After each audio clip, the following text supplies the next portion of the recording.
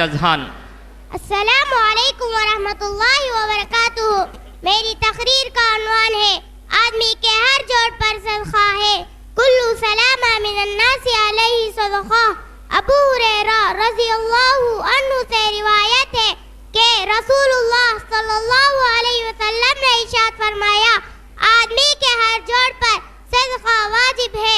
ہر وہ دن جس میں سورج طلوع ہوتا ہے آپ دو فریقوں کے درمیان عدل کرے تو یہ صدقہ ہے، اور آپ کسی آدمی کو سواری پر سوار ہونے میں مدد دے یا اس کا سامان سواری پر رکھوا دے تو یہ صدقہ ہے، اور اچھی بات کہنا صدقہ ہے، اور نماز کے لیے جاتے وقت ہر قدم جو آپ اٹھاتے ہیں یہ صدقہ ہے، اور آپ راستے سے کوئی تکلیف دہ چیز ہٹا دے تو یہ صدقہ ہے۔